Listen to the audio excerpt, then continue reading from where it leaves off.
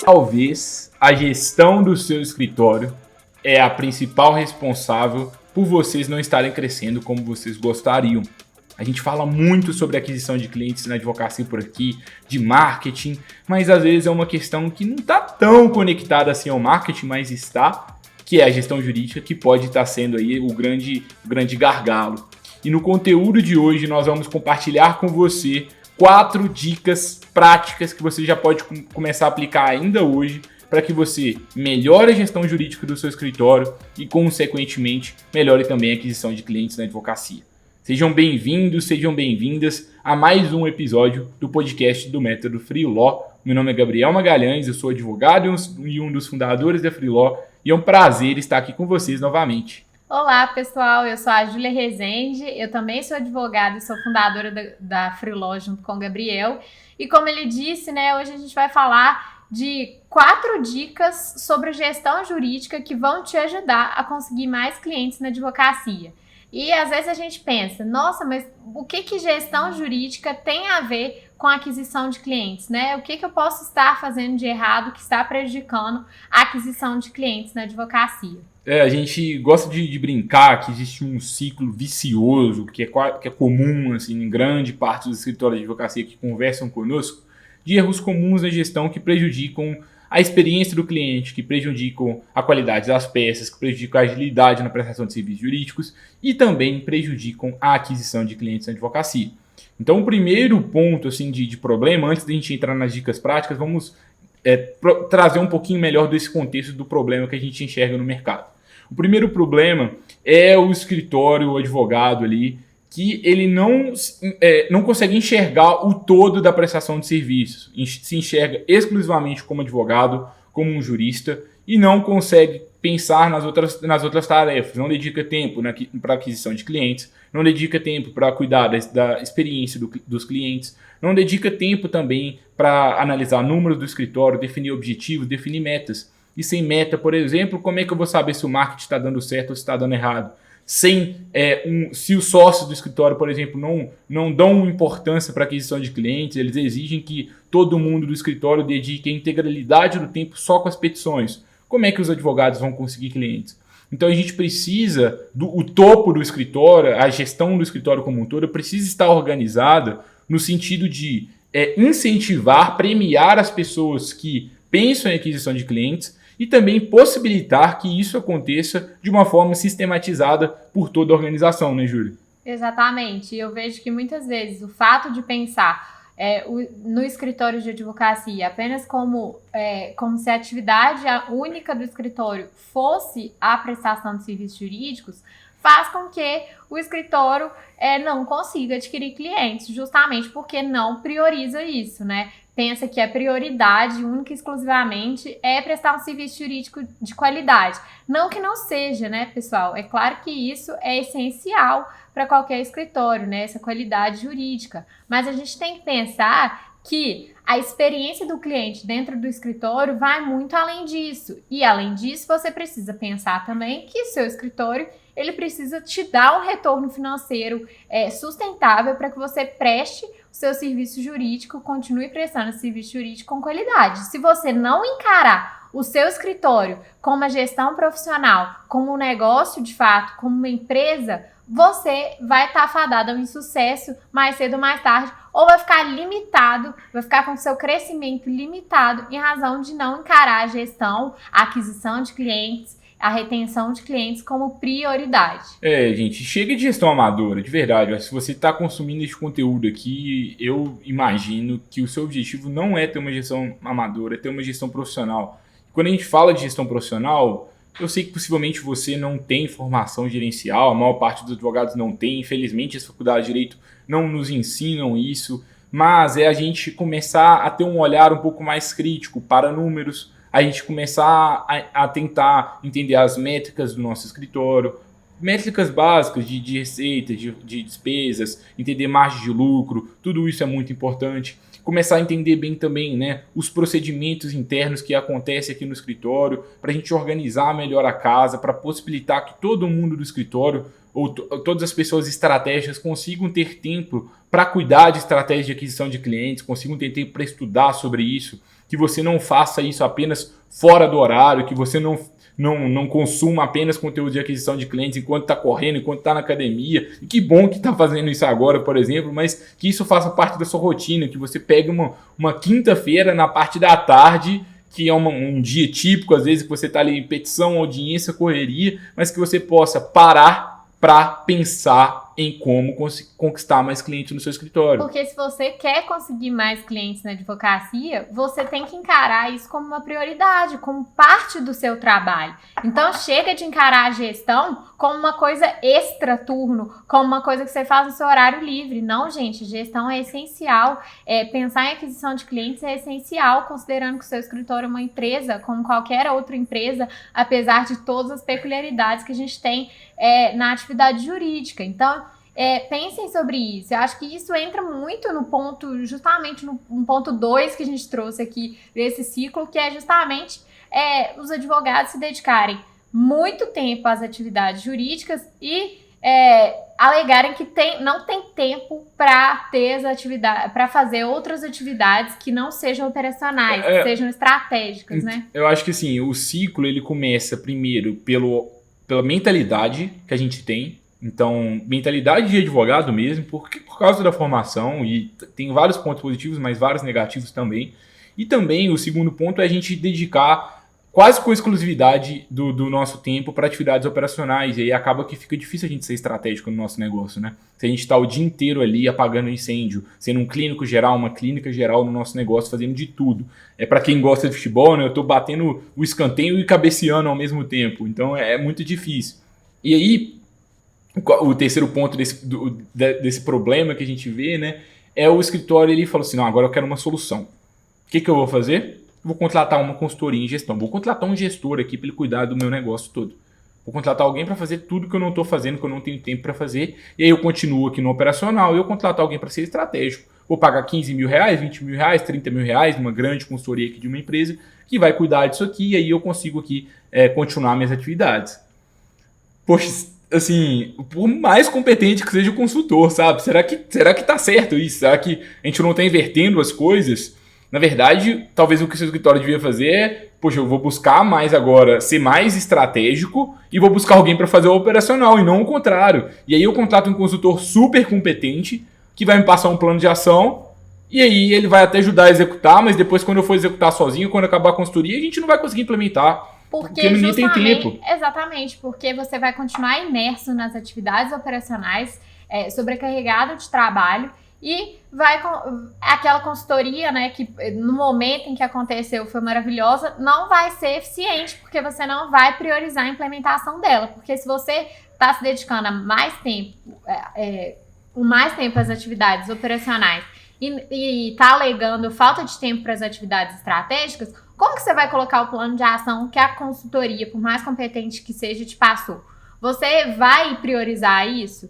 E assim, a questão é que a nova forma de gestão, a inovação, tudo que a gente quer trazer de novo para o nosso escritório, tudo que a gente quer reestruturar, tem que partir muito de dentro para fora, né? Muito dos sócios priorizarem isso, dos advogados do escritório entrarem, né, nessa mentalidade em razão dos sócios estarem engajados por isso e a gente conseguir engajar todo o escritório nessa mudança. Se os próprios sócios estão negligenciando a realização de atividades estratégicas, como que você espera que o restante da sua equipe entre em sintonia e comece a priorizar a gestão, aquisição de clientes, retenção de clientes? Então, essa é uma mudança que, na minha visão, tem que começar de cima para baixo, né? Tem que começar envolvendo todo o sócio, tem que começar pelos sócios para conseguir envolver todo o escritório nessa modificação. Esse tipo de problema fica bem claro para o escritório consolidado, para o escritório que já está no mercado há mais tempo, que até quer conseguir cliente, mas assim,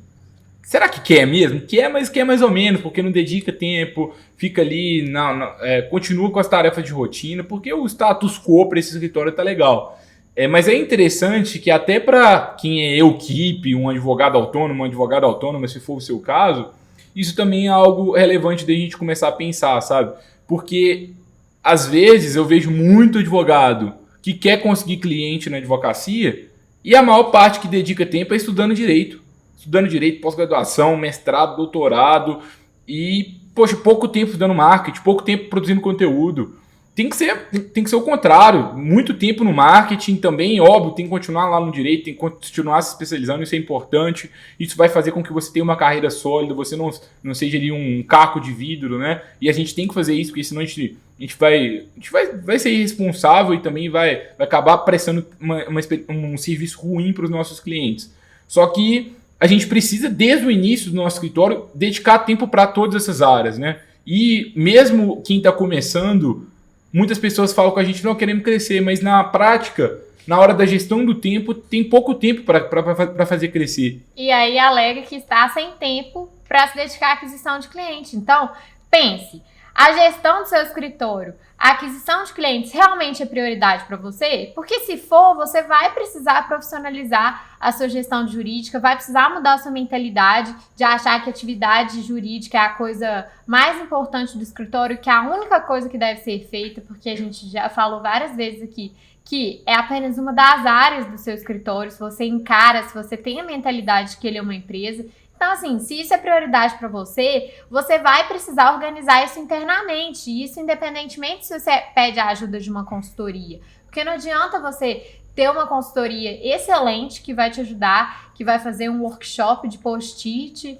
que vai fazer um design organizacional maravilhoso, se na prática, se no DNA do escritório, se no dia a dia, essas tarefas não estão sendo priorizadas, se isso não está sendo implementado da melhor forma possível e se você não está encarando o seu negócio como um negócio profissional. E aí o que acontece? O escritório desiste de crescer, fica ali naquela mesma coisa, às vezes o escritório já tem cliente, mas não tem aquele faturamento que todo mundo gostava, não cresce, se mantém, se está estagnado.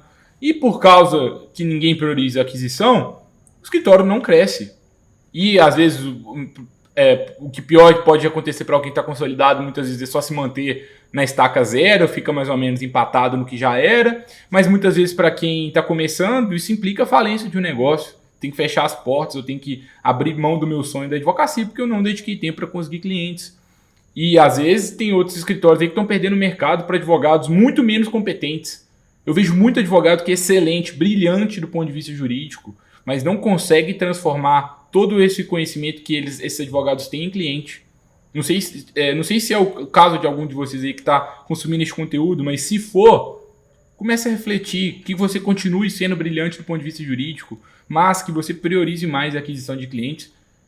Isso é bem importante, né? Esse que é o ciclo, assim, né, Ju? E tudo bem, vão vir clientes por indicação em razão da sua excelente prestação de serviço, mas isso é suficiente atualmente para conseguir, de fato, conseguir mais clientes e crescer o seu escritório de advocacia? Isso é suficiente? Indicação é o único canal que você quer apostar todas as suas fichas? Então, assim, se a aquisição realmente é uma prioridade para você, você precisa pensar em outras formas que não sejam os clientes que você está conquistando, indicarem outros clientes. E, assim, pra gente entrar de verdade agora no tema mesmo, né, do conteúdo que a gente prometeu para vocês. Problematizamos bastante aqui o problema que a gente vê na advocacia. E agora, quais são as 4 dicas práticas que a gente traz para que você melhore isso? Talvez você já está cometendo alguns desses erros, né? E o primeiro ponto, que é muito importante, é algo para a gente profissionalizar a gestão mesmo do escritório, é a gente começar a dividir bem tarefas e responsabilidades na equipe. Dividir bem, quando a gente fala disso, né, a gente dividir bem quem que é responsável pela área de aquisição, como que a gente vai distribuir as tarefas, quem que produz conteúdo, quem que cuida das mídias sociais, qual que é o passo a passo das tarefas. E mesmo para você que é uma equipe, tá? Isso é muito importante, a gente definir os passos. Então, qual que é o fluxo de tarefas que a gente tem? Isso ajuda você mesmo a organizar a sua própria gestão do tempo e ajudar você também a equilibrar os diferentes pratos aí, né? O prato de jurista, o prato de marqueteiro. Eu acho que dentro disso, né, um ponto bem importante é a gente começar a entender as equipes ali do escritório, quais tarefas são executadas dentro de cada uma das equipes, a equipe que faz atendimento, a equipe que está, de fato, realizando os serviços jurídicos e começar a entender um pouco melhor quais são as funções que cada pessoa executa e desempenha ali dentro de cada equipe e começar a entender esse fluxo de tarefas para pensar numa melhor divisão de papéis. Porque o que eu vejo muitas vezes em escritórios, né, em equipes maiores, é que muitas vezes algumas pessoas estão sobrecarregadas e outras pessoas estão ociosas. Então eu vejo que isso decorre muitas vezes da falta de papéis claros, da falta de definição de tarefas claras e de forma equivalente ali entre as pessoas que fazem parte da equipe. Então, às vezes, alguns advogados ficam mais sobrecarregados e outros advogados estão menos sobrecarregados. E até para quem trabalha sozinho, né, é importante a gente entender qual que é a jornada do cliente,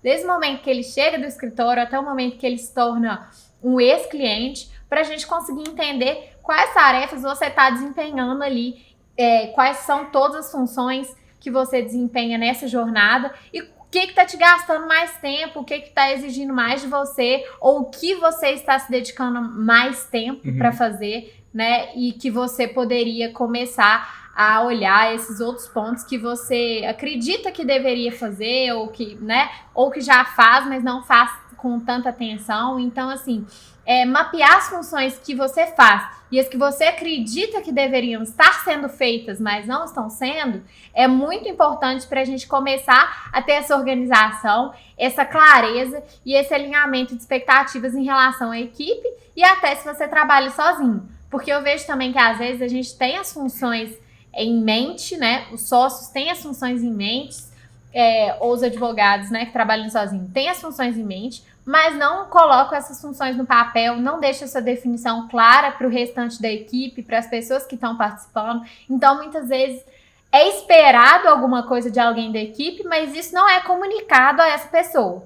Então, é como se alguém esperasse que eu exercesse alguma função, mas para mim não está claro que essa função é de minha responsabilidade ou que deve ser exercida por mim. Então, é muito importante a gente fazer esse mapeamento de todas as funções e de todas as tarefas que devem ser executadas dentro do escritório e fazer essa divisão clara, né? Essa divisão de forma que todo mundo fique alinhado em relação ao que precisa ser feito por cada pessoa que está realizando aquele determinado papel. E mesmo para você que está sozinho, né?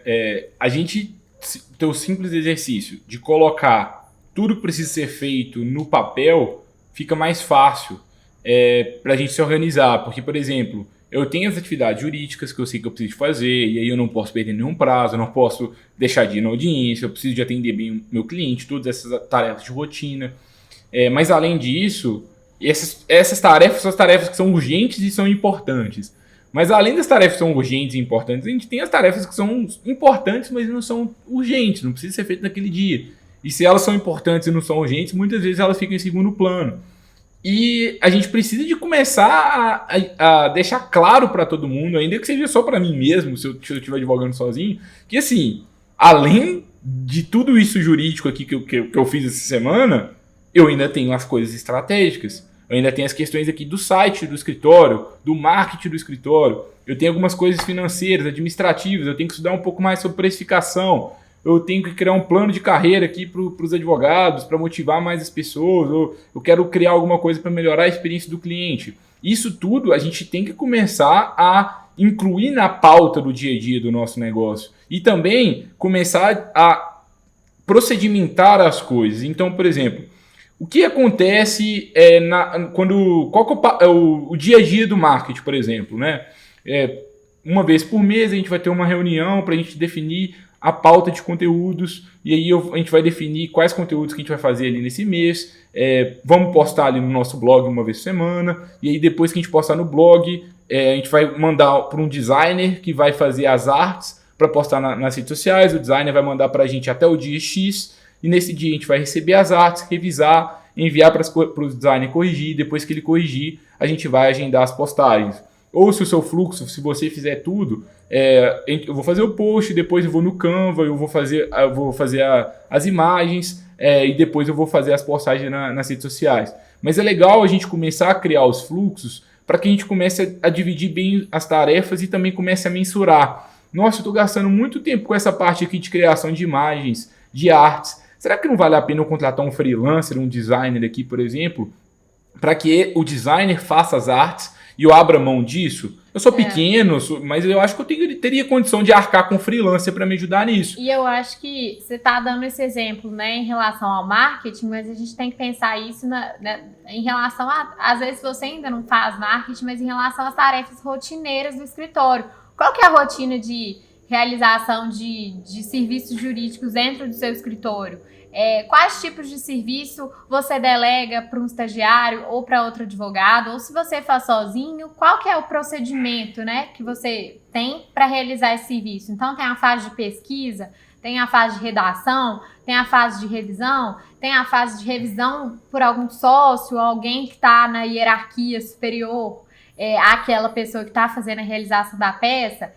Tem uma divisão por tipo de cliente ou por clientes específicos em relação à equipe interna? Como que isso funciona, né? Todas as peças devem passar pelo sócio principal? Não devem? Como que vai funcionar isso? Vamos deixar esse fluxo de trabalho claro, né? E aí vem muito o conceito que a gente fala de workflow, né? Que é justamente a gente definir esse fluxo de trabalho e, por meio disso, conseguir identificar quais pontos estão engargalando, ou seja, quais pontos a gente está tendo dificuldade em cumprir essas tarefas. Então, por exemplo, por meio dessa definição desses fluxos de trabalho, a gente consegue identificar que determinada fase da realização dos serviços jurídicos está ficando sobrecarregada. E por que será?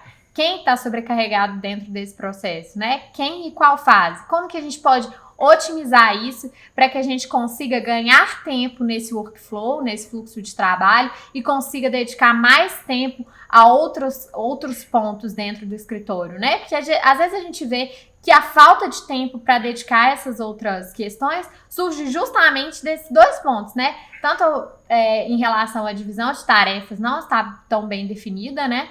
E também em relação ao fato de que não existe um fluxo de trabalho claro para todo tipo de serviço que chega, e isso gera muito desperdício de tempo, isso gera muita falha na comunicação, isso gera muita fricção ali em relação à organização, e o que gera perda de tempo no fim do dia, né? Então assim, a primeira coisa divida bem as tarefas e papéis. E aí o segundo ponto a gente até começa a trazer um pouco, né? Tarefas, papéis e responsabilidades, né? Quem vai ficar quem vai ser responsável por cada papel, né, dentro da organização, e deixa isso claro, especialmente se você trabalha com outras equipes ou com pessoas que estão ajudando ali, que não trabalham todo dia com você, mas estão te ajudando. Deixe claro para elas o que você espera delas, o que você quer que elas entreguem.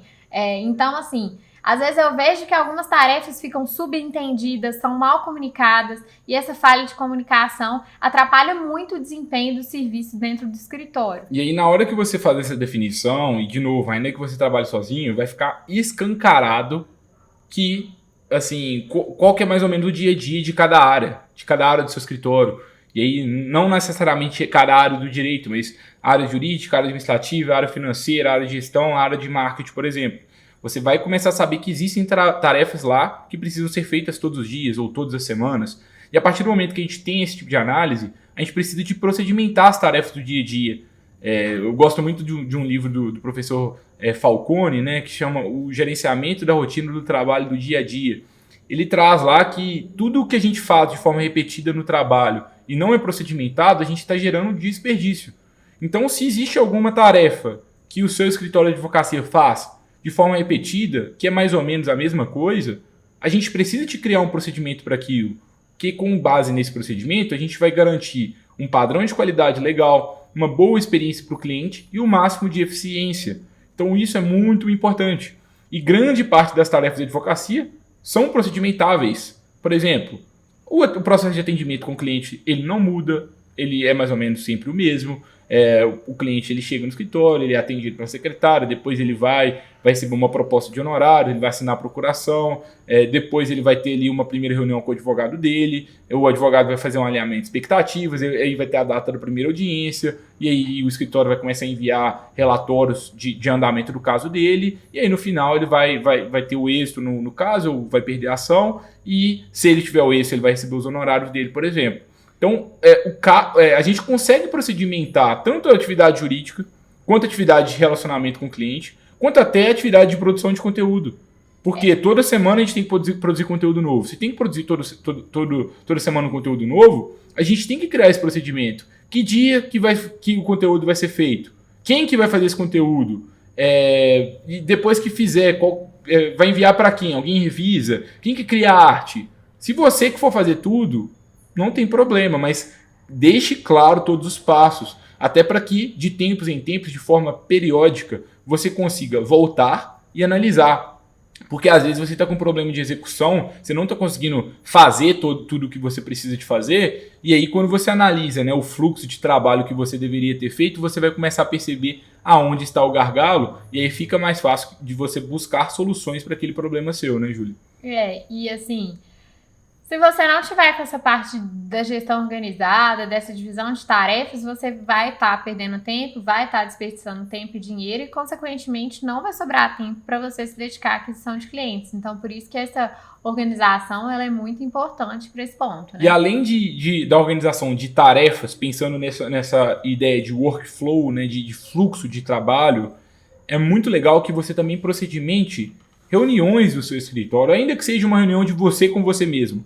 Tem um livro que eu gosto bastante que chama Getting Things Done, que é a arte de fazer acontecer em português, que ele traz, por exemplo, uma metodologia de produtividade e organização que eu acho que se você trabalha sozinho, pode ser que funcione para você, acho que você pode gostar. Mas para quem trabalha com uma equipe aí de mais de 3 pessoas, de 5 pessoas, pode já fazer sentido a gente começar a aplicar metodologias ágeis como o Scrum no dia a dia de vocês, onde você tem aí 3 grandes rituais.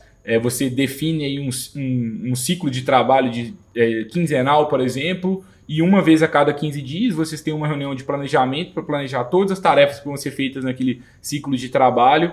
Ao final daquele ciclo de trabalho, ao final daqueles 15 dias, você reúne com toda a equipe para entender o que foi feito, o que não foi, o que foi bom, o que foi ruim, o que pode ser melhorado, e a gente tenta melhorar para o próximo ciclo de trabalho. E durante esse ciclo, né, então a gente tem a reunião inicial de planejamento, a reunião de fechamento lá no final, e diariamente a gente vai reunindo com a equipe numa reunião de 10 a 15 minutos, que a gente tenta entender o que cada pessoa fez, o que cada pessoa fez no dia anterior, o que cada pessoa vai fazer naquele dia, e se alguém tem algum problema, algum impedimento para conseguir cumprir as tarefas que elas precisam fazer. Se a gente começa a implementar esse tipo de organização, de procedimentação, de reuniões também das nossas equipes, fica mais fácil da gente ter melhorias contínuas. Por quê? Porque a gente trabalha em ciclos mais curtos de trabalho. Se a gente tem uma reunião diária rápida de 10 minutos de todo mundo, se tem algum problema, a gente resolve naquele dia. A gente não espera um mês, não espera 2 meses. A gente precisa de ter o resultado acontecendo. Se durante um ciclo de trabalho de 15 dias a gente não conseguiu fazer tudo o que a gente esperava, o desempenho foi ruim, a gente melhora para o próximo ciclo sempre, né? E aí a gente tem boas oportunidades de melhoria, né, Júlia? E então, assim, a gente procedimentar o nosso trabalho é muito importante para que a gente consiga esse alinhamento de expectativas com todo mundo que está envolvido ali, consiga saber mais ou menos quais tarefas estão gerando mais trabalho, que estão gerando mais perda de tempo e consiga resolver os problemas relacionados à gestão em relação a isso. Outro ponto que a gente queria trazer para vocês é que, além de definir essas tarefas, esses papéis e dividir essas tarefas bem, criar esses procedimentos, procedimentar o trabalho, esse fluxo de trabalho, para ter mais clareza. Um terceiro ponto muito importante é definir quais vão ser as métricas que vocês vão analisar ali durante no seu negócio como um todo, né? Quais são as métricas que você considera mais importantes para o seu negócio naquela determinada fase. Então, é muito importante que a gente tenha esse olhar empresarial, né? Não só nessa parte de organização de tarefas e procedimentos, mas também na análise de números do nosso negócio. Então, quantos clientes que eu estou conseguindo por mês, quantos potenciais clientes procuram um escritório, né? E quantos efetivamente estão se tornando clientes. Quais metas são importantes para você? Quais métricas vão determinar o cumprimento ou não dessas metas e objetivos que você tem para o seu negócio? Então, é muito importante a gente definir e analisar esses dados que a gente considera importantes. E se você começa a fazer marketing sem ter essa parte de métricas organizada, o que vai acontecer? A gente vai ficar num nível muito grande de subjetividade. Eu vou perguntar para você, por exemplo, e aí, O marketing tá dando certo? Você vai falar assim, tá legal, tá bacana, os posts estão bons, os conteúdos estão bons, muitas mas curtidas. tem muitas curtidas, mas e daí? Assim, o que tá gerando de cliente? O que tá gerando de retorno financeiro? Como que era o seu escritório antes do marketing? Como que é agora, depois do marketing? Quantos clientes por mês você consegue por meio do marketing? Quantos clientes por mês você consegue por meio de indicação? É muito importante que você comece a medir isso. E como que você mede isso, por exemplo? Implementa um procedimento simples. Toda vez que um cliente novo chegar no escritório, ligar ou você tiver um atendimento, seja você, a recepcionista, quem fizer esse atendimento, comece a criar o hábito de perguntar para o cliente: e aí, como é que você conheceu a gente? Como é que você teve esse primeiro acesso? E aí a pessoa vai começar a te responder e você vai planilhando essas respostas e organizando bem esses dados, você vai começar a ter informações valiosas. Você vai começar a perceber que no início do marketing, quando você começou a fazer a estratégia, talvez no primeiro, no segundo, no terceiro mês, ainda não veio um cliente ali por causa do marketing. Era tudo por causa de indicação. Mas, nossa, no quarto mês aqui da estratégia, agora veio o primeiro cliente, o segundo, o terceiro. Nossa, que legal, parece que todo mês está vindo um do marketing. Então agora a gente tem basicamente, eu posso até prever que todo mês vai chegar um novo cliente aqui pelos meus dados, pelo número de visitantes que tem no meu site, pelo número de cadastros que a gente está recebendo no nosso site, e você consegue já até fazer algumas projeções financeiras, né? Isso é bem bacana. E aí tem toda a parte de métricas básicas de finanças que a gente tem que analisar, mas também métricas de produtividade mesmo da equipe, não com o objetivo de punir as pessoas, nada disso, mas com o objetivo mesmo da gente saber mais sobre as coisas. Então, quantas petições que vocês fazem por mês, quantos recursos, qual que é o custo fixo mensal do escritório, para a gente começar a entender onde tem gargalo. Tem uma frase que eu gosto bastante, salvo engano, é do Peter Drucker, que fala que tudo que não pode ser medido não pode ser melhorado. Se a gente não mede alguma coisa, a gente não vai saber se está bom ou se está ruim. Se eu quero melhorar, por exemplo, a produtividade da minha equipe jurídica, eu preciso de saber quantas peças cada um faz, se for isso que indica para mim se eles estão sendo produtivos ou não. E eu preciso de mostrar para a equipe, falar assim, olha equipe, vocês estão vendo esse indicador aqui, ele não está bom, a gente precisa de melhorar ele para o próximo mês. E aí fica até bacana, porque ao invés de a gente ter uma gestão baseada em uma gestão top-down, assim, digamos, né, que o sócio manda e o restante obedece, né, a gente começa a ter uma gestão mais orientada a resultados. Os sócios, os gestores, eles falam assim, equipe, a gente precisa de conseguir mais clientes esse mês. O que a gente vai fazer? A gente começa a passar a responsabilidade para as pessoas de como que a gente vai fazer aquilo, a gente pode ser mais criativo em como a gente vai combinar os canais e como que a gente vai desenvolver estratégias eficientes, né, Júlia?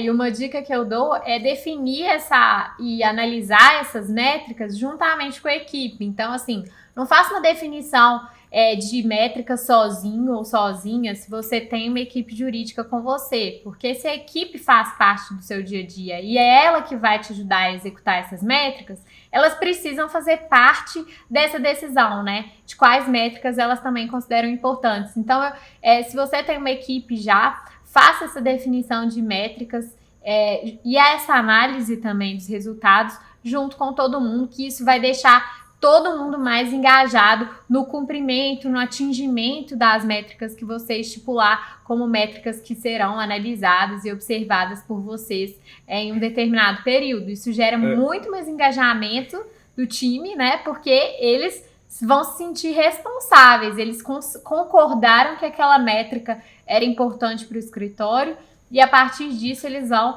se sentir mais engajados a cumpri-las também. E mesmo para você que está começando, às vezes nem advogado um estudante de direito ainda, está assim, à frente do tempo, está consumindo conteúdo antes da hora assim, sobre advocacia, parabéns por isso. Mas mesmo se esse for o seu caso, você tem métricas para analisar, claro que tem. Você vai começar a produzir conteúdo, você vai ter as métricas de engajamento das redes sociais, você vai ter a métrica de visitantes do seu site. E se você não começar com a casa organizada, as coisas não vão ficar legais daqui a pouco. Então, aproveite, se você é pequeno ainda, seu escritório é pequeno, aproveite que você ainda não tem uma complexidade tão grande para deixar tudo bem organizado, porque os escritórios que já são maiores, já tem muitos dados aí historicamente, o desafio deles de se adequar a essa gestão com base em dados é bem maior do que o seu que está começando agora. Então aproveite sua vantagem de ser pequeno, assim, digamos assim, né, Júlio? Exatamente. E o quarto ponto, eu acho que a quarta dica é muito a conclusão de tudo que a gente trouxe aqui para vocês, que é investir mais tempo em atividades estratégicas e menos tempo em atividades operacionais, ou seja, invista mais o seu tempo, considere a gestão do seu escritório, a aquisição de clientes, a retenção de clientes como algo que é parte do seu dia a dia, não uma tarefa que deve ser negligenciada e realizada na parte da noite, quando você já está cansado ou cansada, ou aos finais de semana. Faça isso ser parte do seu dia a dia. E eu acho que essa organização, essa definição de papéis, essa procedimentação de coisas que são padronizáveis dentro do escritório, vão gerar esse maior tempo para você investir em atividades estratégicas. E você quer conseguir mais clientes na advocacia, não é? Se você não quisesse, você não estaria consumindo esse conteúdo. Mas, poxa, se você quer conseguir mais clientes na advocacia, o que vai gerar resultado para você? É gastar tempo estudando mais sobre o direito, sobre a sua área de especialidade, se capacitando mais sobre isso, fazendo petições, cuidando só dessa parte jurídica especificamente, ou aprendendo marketing, ou desenvolvendo uma estratégia de marketing. Se você está precisando de cliente, você precisa de aprender marketing. É isso que você precisa de aprender. Você precisa de aprender as regras do jogo da internet. Você precisa de aprender as melhores práticas. O que advogados que às vezes têm menos conhecimento que você e estão conseguindo muito mais clientes. É isso que está sendo o problema. Muitas vezes não é a parte jurídica. E eu falo muito isso, assim, óbvio que eu não espero que você seja um irresponsável, uma irresponsável que vai começar a buscar clientes que você não tem capacidade de atender. Mas porque eu vejo muito o extremo do advogado que se preocupa muito, muito mesmo com a parte jurídica e aí se qualifica. E quando vê, fica aí um doutor em direito que não tem mercado ainda para ele. Não consegue ter liberdade financeira, que às vezes é um advogado com muito menos capacidade está tendo, porque tem mais domínio das ferramentas de aquisição de clientes. Então, vamos tentar pelo menos equilibrar, sabe, um pouco mais a balança. Eu acho que esse fica o convite, né, Júlio? Exatamente.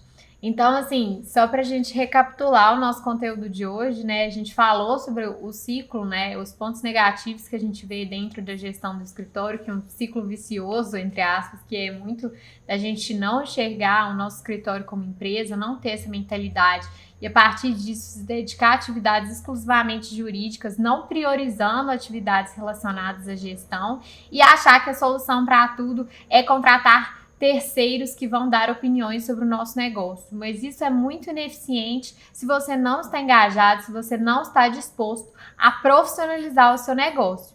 E a partir disso, a gente trouxe as 4 dicas aí para você melhorar a sua gestão e fazer com que isso otimize a sua captação de clientes, fazer com que isso